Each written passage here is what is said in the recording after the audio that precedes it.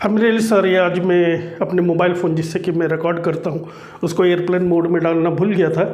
तो अचानक से कोई एक कॉल आ गया और आई एम रियली सॉरी कि मैं उसको एडिट करके वो जो रिंगटोन आएगा उसको मैं कट भी नहीं कर सकता, क्योंकि जैसे कि मैंने आपको बताया था कि मुझे एडिटिंग वगैरह नहीं आता है।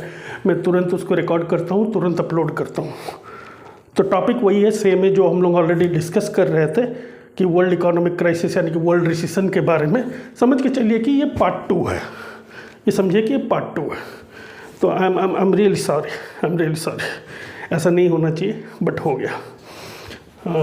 ठीक है, तो अब हम कंटिन्यू रखते हैं। तो यही होगा कि यही हुआ कि वर्ल्ड के जितने भी सेंट्रल बैंक से जो हैं वो अपना रेट ऑफ इंटरेस्ट को बढ़ाते हुए जा रहे हैं। लेकिन वर्ल्ड बैंक का मानना ये है कि देखिए इसमें एक प्रॉब्लम है। अगर आप रेट ऑफ इंटरेस्ट बढ़ाते जाओगे, यानी कि रेट ऑफ इंटरेस्ट आप बढ़ाते गए तो लोगों में क्या है, लोग जो है बोरो नहीं करेंगे, ठीक है ना। यानी कि लोग जो है पैसा लोन के तौर पर कम ही लेंगे। और ये चाहती है गवर्नमेंट, यही चाहती है कि पैसा कम बोरो करें, कम ले, लोन कम लें। अगर वो पैसा कम लेंगे तो वो खरीदेंगे कम, यानी कि खरीदारी घट जाएगी। और अगर खरीदारी घट गया तो आप सोचिए, जो भी एक कंपनी कोई पर्टिकुलर प्रोडक्ट बना रही है वो देखेगी कि इसकी तो मतलब कस्टमर्स में डिमांड बहुत ज़्यादा घट गई है, तो क्या करेगी, उसकी प्रोडक्शन स्लो डाउन कर देगी। प्रोडक्शन स्लो डाउन कर देगी तो क्या होगा, जीडीपी गिरेगा। देख रहे कैसे एक दूसरे से इंटरलिंक्ड है। अब देखिए, आपने रेट ऑफ इंटरेस्ट जो है कस्टमर को जिसमें लोन देते हो वो आपने बढ़ा दिया। आपने कस्टमर को लोन का जो रेट ऑफ इंटरेस्ट बढ़ा दिया तो कस्टमर ने जो लोन लेना था, कोई पर्टिकुलर चीज़ उसको खरीदना था, वो तो उसने डिसाइड किया कि नहीं अब मैंने नहीं खरीदना, बाद में देख लेंगे, अब जैसे करके मैनेज करते हैं। अब इससे क्या हुआ, जो कंपनी वो प्रोडक्ट को प्रोड्यूस कर रही है उसके मार्केट में सरप्लस क्रिएट हो जाएगा, यानी कि उसका extra number of commodities market में अवेलेबल हो जाएंगे। तो कस्टमर क्या, जो कंपनी क्या करेगा, जो ये सामान को प्रोड्यूस कर रहा है वो कंपनी क्या, प्रोडक्ट नंबर ऑफ यूनिट्स जो प्रोड्यूस्ड है, जितना उसको प्रोडक्शन करना चाहिए उसमें कमी कर देगा। अब जब प्रोडक्शन कमी कर देगा यानी तो कंट्री का जीडीपी गिरने लगेगा, क्योंकि जीडीपी का डेफिनेशन आप सबको मालूम है ना, value of all goods and produce services produced in economy. ठीक है, जब प्रोडक्शन ही घट जाएगा तो जीडीपी घटेगा। तो वर्ल्ड बैंक का जो प्रेसिडेंट है डेविड मलपास का मानना है कि ये स्ट्रैटेजी कंट्रीज सब फॉलो कर रही है, जितना भी दुनिया के कंट्रीज ये स्ट्रैटेजी फॉलो कर रहे हैं, बट ये राइट स्ट्रैटेजी नहीं है। उनका मानना ये है कि कंट्री को बल्कि ये करना चाहिए कि सप्लाई साइड में फोकस दो। कंट्री अभी क्या कर रही है, कंट्री अभी ये कर रहे हैं कि कुछ ऐसा करो ताकि कंज्यूमर जो है चीज़ों की डिमांड कम करने लगे, यानी कि चीज़ों की खरीदारी कम करें। लेकिन डेविड मलपास का बोलना है कि सप्लाई साइड को इंक्रीज करो, मतलब आप प्रोडक्शन बढ़ाओ। ठीक है, तो ये स्ट्रैटेजी वर्ल्ड बैंक के प्रेसिडेंट को जो दे रहे हैं, अगर वो प्रोडक्शन बढ़ाएंगे तो डेफिनेटली जो है जीडीपी बढ़ेगा उनके हिसाब से। और इधर जो है एक जो अपना जो रेपो रेट जो है एक नॉर्मल रेपो रेट रहेगा, जैसे 2021 के दौरान जो रेपो रेट था वो काफ़ी कम था। रेपो रेट जो है, ये रेपो रेट तो अभी भी अचानक से बढ़ा है। रेपो रेट 5.95% जो है रेपो रेट, ये बहुत हाई है। ठीक है, तो ये सब देखते हुए अब आप कहोगे कि सर इसका इंडिया में क्या इफेक्ट होने वाला है। देखिए, इंडिया में जहाँ तक मैं समझता हूँ ना, इंडिया में कोई ज़्यादा खास इसका इफेक्ट नहीं पड़ेगा। अगर ये जो ग्लोबल फाइनेंशियल क्राइसिस आया भी, यानी कि अगर एक world wide global financial crisis आ भी गया, इंडिया पे इसका ज़्यादा कुछ इफेक्ट नहीं पड़ेगा, कि इंडिया में हम लोगों की जो अपब्रिंगिंग इस तरह से हुई है कि हम बहुत ही कम संसाधनों में सबसे पहले रह सकते हैं। यानी कि जब हमें समझ में आ जाएगी कि अभी जो संसाधनों की हमें ये संसाधन नहीं लेने से भी, यानी कि ये पर्टिकुलर चीज़ नहीं खरीदने से भी मेरा काम चल सकता है, तो हम काम चलाएंगे। हम लोगों में अनलिमिटेड जो है चीज़ों की रिक्वायरमेंट नहीं होती है। ठीक है, और अभी आप देखेंगे कि जो इंडिया की जो जीडीपी जो है ऑलमोस्ट लाइक इट इज़ 13.5%। ये अप्रैल से लेके अप्रैल मई जून जुलाई क्वार्टर में, अप्रैल टू जुलाई क्वार्टर के दौरान इंडिया का जो जीडीपी जो 13.5% देखा गया, जो कि काफ़ी बेहतरीन है। और कंट्रीज़ के साथ आप अगर कंपैरिजन करोगे, आप देखो कि इंडिया की जीडीपी बहुत तेज़ से ग्रो कर रही है और ये एक बहुत अच्छा संकेत है। और जब अगर वर्ल्ड इकोनॉमिक क्राइसिस आ भी जाती है तो इंडिया पे इसका मिनिमम इफेक्ट पड़ेगा। ऐसा नहीं कि बिल्कुल इफेक्ट नहीं पड़ेगा, पड़ेगा जरूर, क्योंकि आजकल का जो वर्ल्ड जो है, सारे वर्ल्ड का जो इकोनॉमीज है इंटरकनेक्टेड है, वो एक दूसरे से इंटरकनेक्टेड है। यानी कि एक पे अगर कोई इफेक्ट होता है तो ट्रिकल डाउन करके दूसरे इकोनॉमीज में आती हैं।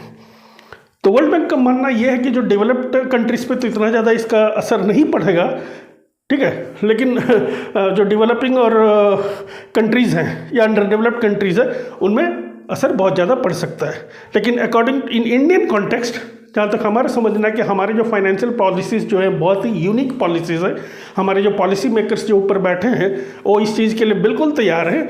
और वो क्योंकि आप इससे ही अंदाज़ा लगा सकते हो कि जो पिछली ग्लोबल फाइनेंशियल क्राइसिस आई थी 2008 के दौरान जो आई थी, इसमें जो है हमारे इंडिया को जो है कुछ ज़्यादा खास फर्क नहीं पड़ा।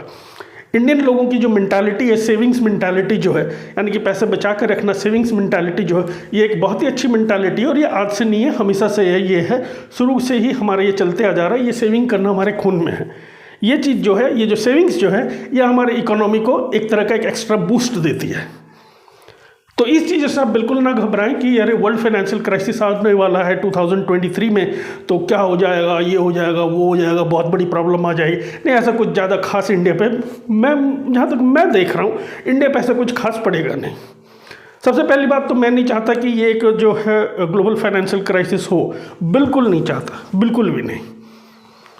और बाई चांस अगर ऐसा कुछ होता है, क्योंकि वर्ल्ड बैंक ने जो फोरकास्ट किया, बाई चांस अगर ऐसा होता है तो आप ध्यान दीजिएगा, आप याद रखिएगा, अगर आपने मेरी ये वीडियो को देखा है, आप देखो कि इंडिया पे कुछ मेजर इसका प्रभाव नहीं पड़ा है, because of good policies initiated by government of India, Bharat सरकार के द्वारा दिए गए गुड पॉलिसीज। तो अभी जो हमारा जो जीडीपी जो है काफ़ी राइज किया है। अब देखिएगा कि पोस्ट कोविड के बाद जीडीपी जो है काफ़ी जीडीपी में इंक्रीज हुआ है। तो यही जो जीडीपी में जो इंक्रीज़ हुआ है, इसी को हमें को सस्टेन करके रखना है, क्योंकि कोविड के टाइम में जो 2 साल जो है ना, सारे इकोनॉमिक एक्टिविटीज़ ठप हो चुके थे, जीडीपी हमारा काफ़ी नीचे गिर गया था, क्योंकि जो मतलब गुड्स एंड प्रोड्यूस सर्विस नहीं, गुड्स एंड सर्विसेज से प्रोड्यूस नहीं हो रही इकोनॉमी में, तो इसका इफेक्ट डेफिनेटली जीडीपी में पड़ने वाला था, जो हुआ भी। लेकिन जैसा ही ये लॉकडाउन वगैरह खुला तो हमने देखा कि हमारी जीडीपी में काफ़ी ज़्यादा बूस्ट आया है, और ये एक मेजर बूस्ट है। और हमें ये कोशिश करते रहना, हमारी गवर्नमेंट को ये कोशिश करते रहना है कि अपनी पॉलिसीज़ को इस तरह से फ्रेम करे कि इसी लेवल ऑफ जीडीपी को मेंटेन कायम करके बना के रखे चलें। आज के डेट में हमारे पास एक वर्ल्ड में एडिशनल एडवांटेज है, क्योंकि जैसे कि जो डेविड मलपास ने कहा है कि जो कंट्री को अपने फाइनेंशियल स्टेबिलिटी यानी करेंसी की स्टेबिलिटी पे ध्यान देनी चाहिए, कि अपने जो मुद्रा है, जैसा हमारा पैसा जो रुपया है, कि उसको डिप्रिशिएट ज़्यादा होने नहीं देना, एक पर्टिकुलर स्टेबिलिटी मेंटेन करके रखना, और दूसरा सप्लाई साइड पे ध्यान देना है। आज की डेट में आप जानोगे कि चाइना के साथ बहुत ही मेजर कंट्रीज़ जो है व्यापार नहीं करना चाहते, या उनका जो प्रोडक्शन यूनिट जो है, प्रोड्यूसिंग यूनिट जो है, वो चाइना से हटाना चाहते हैं। ये एक बहुत ही अच्छा समय है इंडिया के लिए, वो सब कंट्रीज़ को वो offer they ease of doing business, यानी कि इंडिया में बिजनेस करने के कितना आसान है, इसको ईज़ बोलते हैं। वो जितना पॉलिसीज एंड प्रोसीजर्स हैं एक फॉरेन कंपनी को इंडिया में आके सेटल होने के लिए, एक बिजनेस लगाने के लिए, उसमें गवर्नमेंट ऑफ इंडिया को अपनी पॉलिसीज़ को आसान करना चाहिए, ताकि वो मोटिवेटेड हो कि इंडिया में अपने यूनिट्स लगाएं। अब जब वो इंडिया में अपने यूनिट्स लगाएंगे, इंडिया में प्रोडक्शन अगर स्टार्ट हो जाएगी, इंडिया में से गुड्स प्रोडक्ट होना स्टार्ट हो जाएंगे, तो इसका मतलब क्या हुआ कि ये हमारे जीडीपी में एक्स्ट्रा कंट्रीब्यूशन करना शुरू कर देंगे। ठीक है। दूसरी बात ये है कि देखिए, चाहे दुनिया कुछ भी कुछ बोल दे, बेसिकली वेस्टर्न वर्ल्ड कुछ भी बोल दे, वेस्टर्न वर्ल्ड यूरोप वगैरह कुछ भी बोल दे इंडिया के बारे में, क्योंकि उन्होंने इंडिया का काफ़ी मजाक उड़ाते रहे, बोले कि अरे इंडिया ने तो रशिया यूक्रेन वॉर में चाहता तो रशिया को अच्छी तरह से इंडिया मतलब डांट भी सकता था, फटकार लगा सकता था, क्योंकि रशिया का अच्छा फ्रेंड है इंडिया, और इंडिया की बात रशिया सुनता है। बट इंडिया ने देखिए ऐसा कुछ नहीं किया, इंडिया ने रशिया से बात भी किया था, लेकिन इंडिया ने रशिया को हाँ ये ज़रूर बोला था कि देखिए आज का ज़माना जो है ये लड़ाई का ज़माना नहीं है, आज के ज़माने में जो है चीज़ों को डिप्लोमेटिक वे बातचीत करके भी सुलझाया जा सकता है। और दूसरी बात हमारे लिए ये बहुत ही एक एडिशनल मतलब बहुत ही अच्छी बात ये है कि हमारे बिना यानी कि इंडिया के बिना जो है वेस्टर्न वर्ल्ड जो है ना तो चाइना को काउंटर कर सकती है और ना ही रशिया को काउंटर कर सकती है। अगर उनको इस साइड में वेस्टर्न ईस्टर्न साइड में अगर उनको एक बैलेंस क्रिएट करना है तो उनको इंडिया का साथ देना पड़ेगा, उनको इंडिया का दोस्त बन के ही रहना पड़ेगा। ये हमारे लिए एडवांटेज है, क्योंकि उनको इंडिया से डर नहीं है, उनको डर चाइना से है।